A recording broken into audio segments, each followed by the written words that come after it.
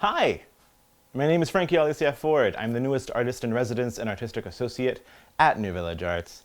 And Hispanic Heritage Month started on September 15th, and as a way to celebrate and honor and eat, because I'm hungry, we're gonna be making some food, some like traditional Puerto Rican food. And when I say traditional, I mean the stuff I saw my mom and my grandma make. That's tradition, right? Yeah. So, I don't think there's anything else to say. Let's go into the kitchen. First thing we're gonna do is we're making some coquito. So what we're gonna be doing, we have some sweet and condensed milk. You see that, how nice. We've got some evaporated milk, and we've got some coconut cream of coconut. First step first is just gonna be opening all of this.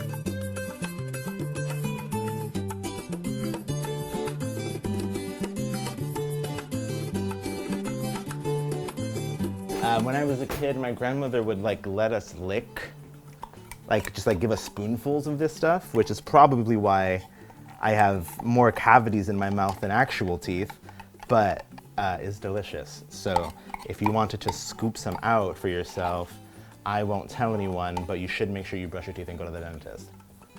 And so now is when we add the alcohol. So what my family always did was to take one of these little guys, typically the sweet and condensed one because there's always more goop in there, and just use this as a measuring cup. And you're just adding a touch, just not much at all, just really, I'm kidding, you're adding a lot. This is a lot of Bacardi. And you're gonna shablam. Pray for me. Okay, things are happening.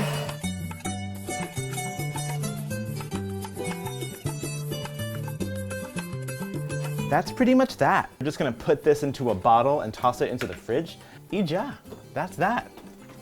We will see that in an hour and a half, 2 hours, whenever I decide that I'm thirsty and want to start getting to drinking. Cool. So what we use sofrito for is like really as the base of like the rice that we're gonna make later. You can use it as a base for beans, as a base for like anything that really needs a base. You know, traditionally in a Puerto Rican household, you make a bunch and then you store it all in country crock tubs of butter, those big brown butter tubs. In every Puerto Rican household you go into, you'll see at least 4 or 5 different country crock tubs, and it's always a gamble. It's a fun game. I need butter. Is this butter? Nope, sofrito. Nope, sofrito. Nope, sofrito. And then you know, you realize you don't have any butter. Your mom just has a bunch of butter containers filled with sofrito, and now your toast is ruined, and then you can't go to school, and then the kids call you Butterfingers when you go to football practice. High school was hard.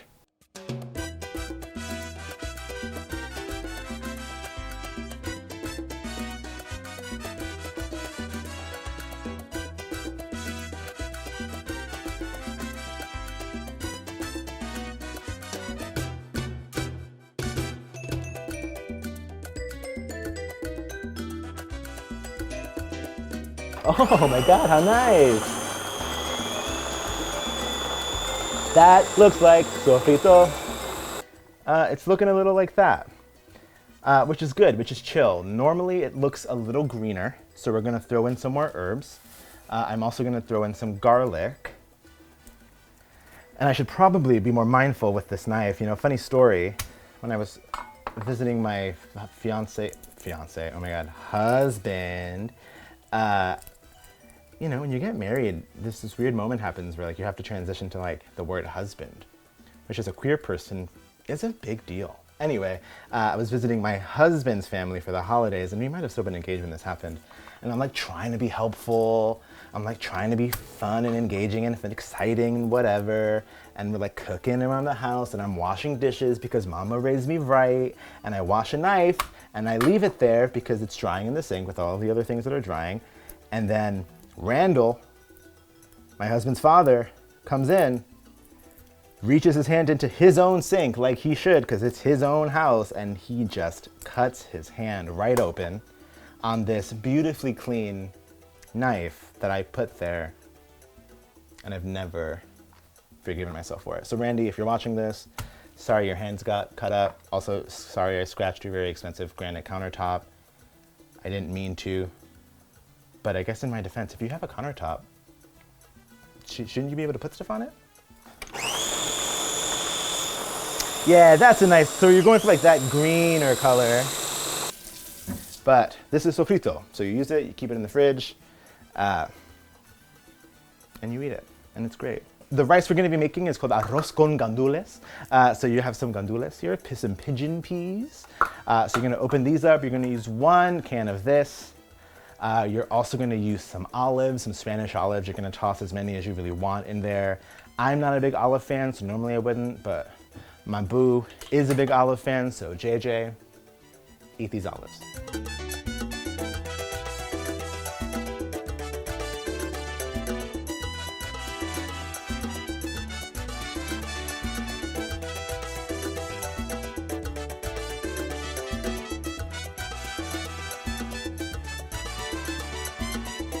Oil's been heating up. We're gonna throw some sofrito in here. You know, I'm not sure how much. I'm gonna throw 2 spoonfuls. That feels like a good amount. So we got that going. You're going to throw in some tomato sauce. You're not gonna use this whole can, but you're gonna use probably most of it. Throw in some sazon. Again, you're just gonna use 1 packet of this. Get it all in there. You're gonna throw in some of this bad boy, or bad girl, or bad whatever. We don't need to gender cumin. Come on, Frank, you're better than that. That feels like enough. It's sort of up to you how many olives you want to put in. I'm gonna throw in a bunch because Jameson will like it. Jameson's my cute husband. Just toss them in.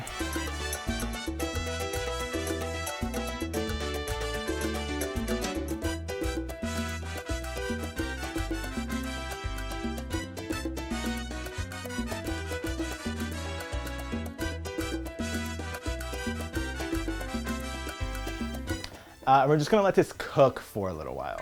3, 4, 5 minutes, just like give everything a chance to like get all together.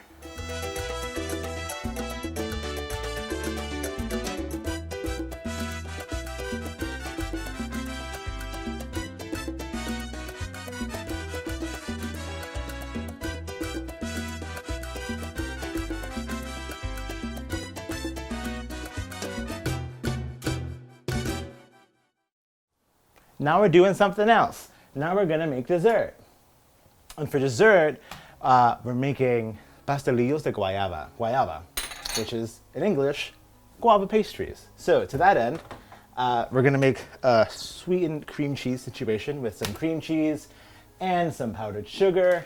We're gonna mix those together. We're gonna lay that out on these puff pastry sheets. I have watched a lot of the British Baking Show, so I am a professional baker, but this takes a lot of time. So as a shortcut, and as a way not to brag with my superior puff pastry skills, we're using this. Thanks, Pepperidge Farms. Also, Mom, this is what I was talking about. You get this in like the freezer section, it's like $3. So we're gonna use that. And we also have some guava paste. We're gonna just like cut this up and place bits of guava on top of the cheese before we bake it.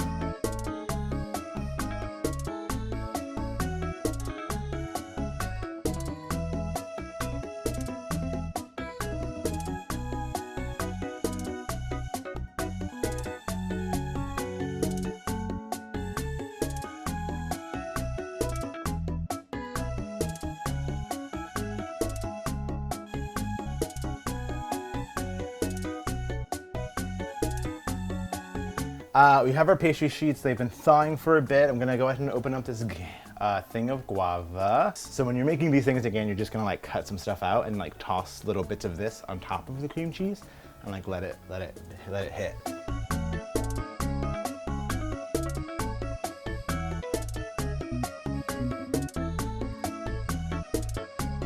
Typically I would use a roller. I can't find a roller. So what I'm gonna use is this can of beans, like a real ethnic person, and we're just gonna roll it out to like 12 by 12.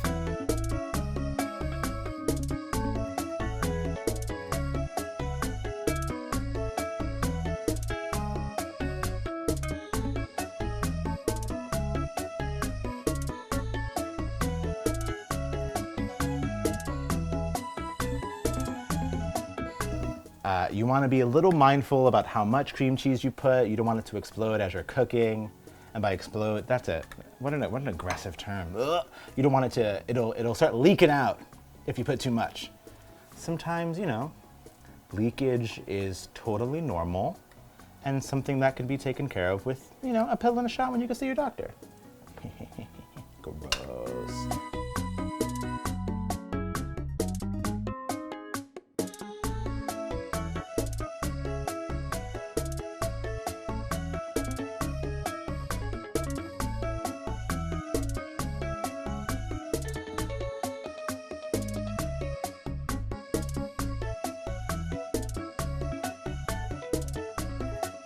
Fold one side over and the other, right? Make a little shape like this.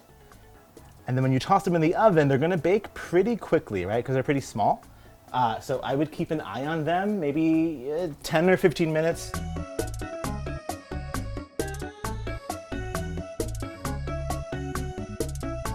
Plantains, and we have two different kinds here. We have these yellowy, darker ones, which if you were to touch them are pretty soft.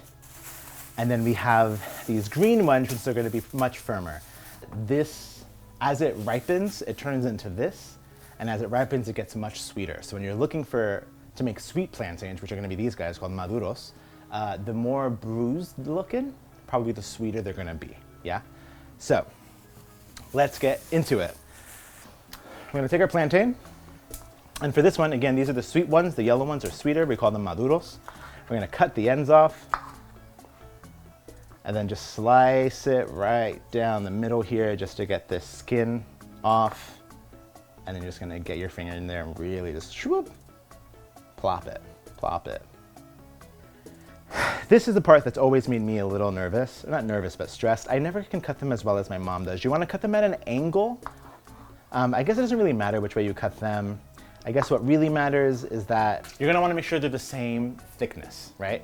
The other kind we're gonna make are a little bit more complicated, but not much.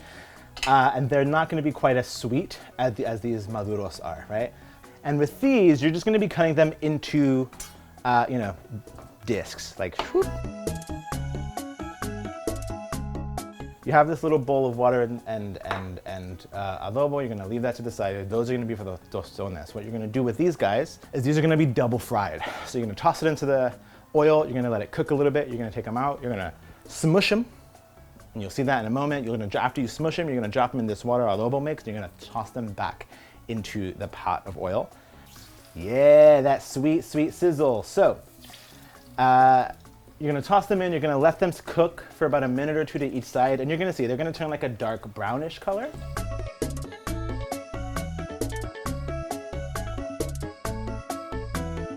We're gonna make something called mayo ketchup, which, as you may have guessed, is mayo and ketchup put together and said quickly with a Spanish accent, mayo ketchup.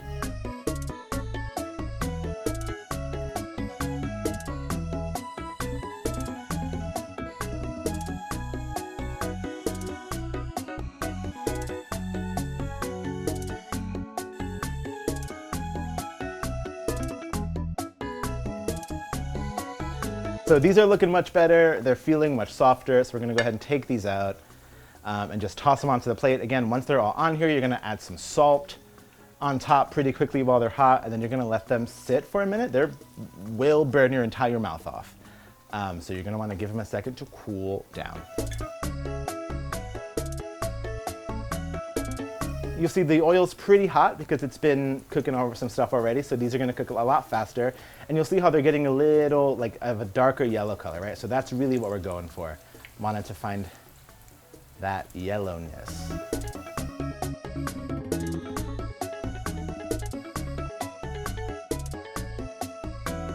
And you remember before that I said these were double fried, right? So with the maduros, this is the point where we were done, right? We just put some salt, y ya, but these take an extra step. Now, we've got some tostones, sort of. We're gonna take one, and we have to smush it. So what I'm gonna do, and what my mom always did, is we take our tomato can, we put it on top, you put it on top of the tostone, and then you push down. Krakata! And then you've got a little disc shape here, right?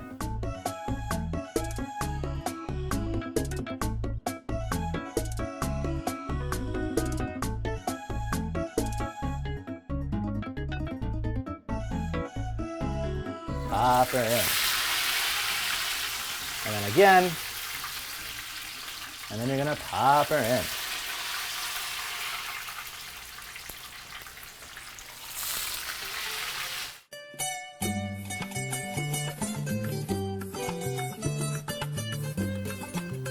And they're probably pretty good to go. So you want to turn off the heat to this oil. So things are pretty much cooked, but it's not perfect. Some of the puff pastries did puff open. My warning to you about make sure you get it nice and closed, I guess I didn't heed my own warning. So here we go. Some of them look great. Some of them look like a massacre, but that's okay. Life is about growth and making mistakes, and this pan is really hot.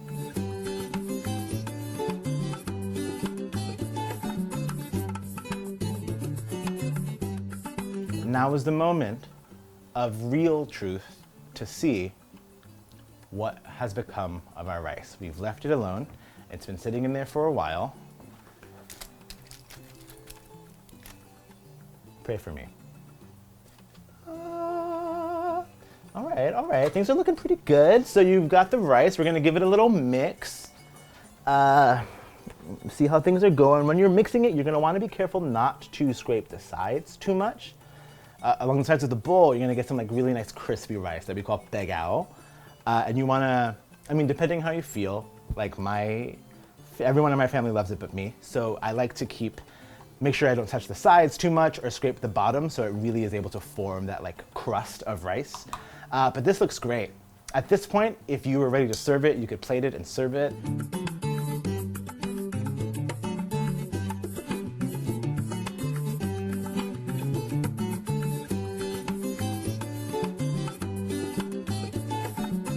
Shablam!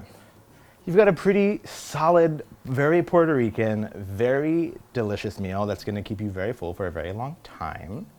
The last thing we're gonna need, now that this is all plated, is a glass of nice, cold, thick coquito. So let's do that.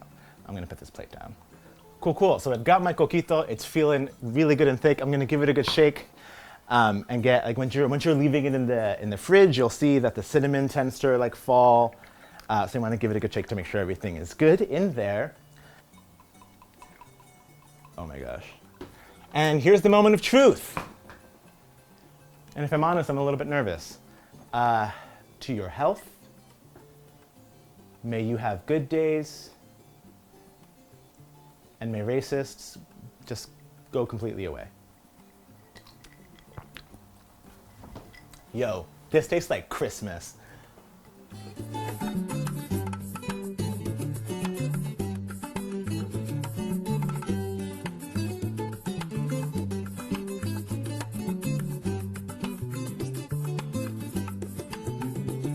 Let's try some stuff. I'm a little bit nervous. Let's try this first. I think I have the most questions about that. You take this and you dip it in the mayo ketchup, a secret Puerto Rican sauce. That's really good. That's really good. Who knew that I could cook like this?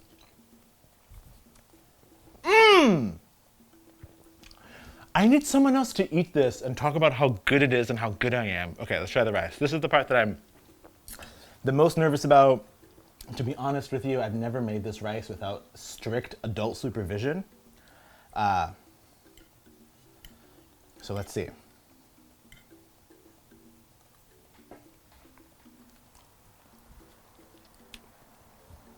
Yo, that's really good. Yo, that's really good. Okay, so that's great. To your health.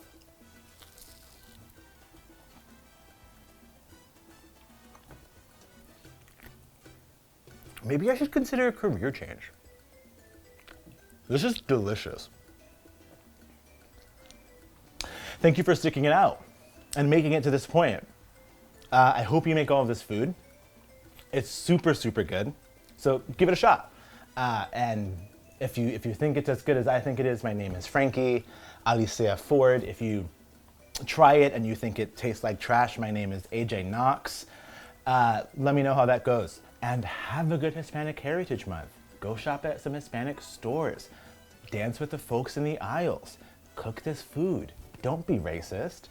And make sure you vote. And I don't know, I'll see you around, or I'll see you another time. Bye. I'm gonna go black out. Ooh. Should I leave? Bye. Can you see me? Am I still here? Oh no. Oh, I think that was the mic back.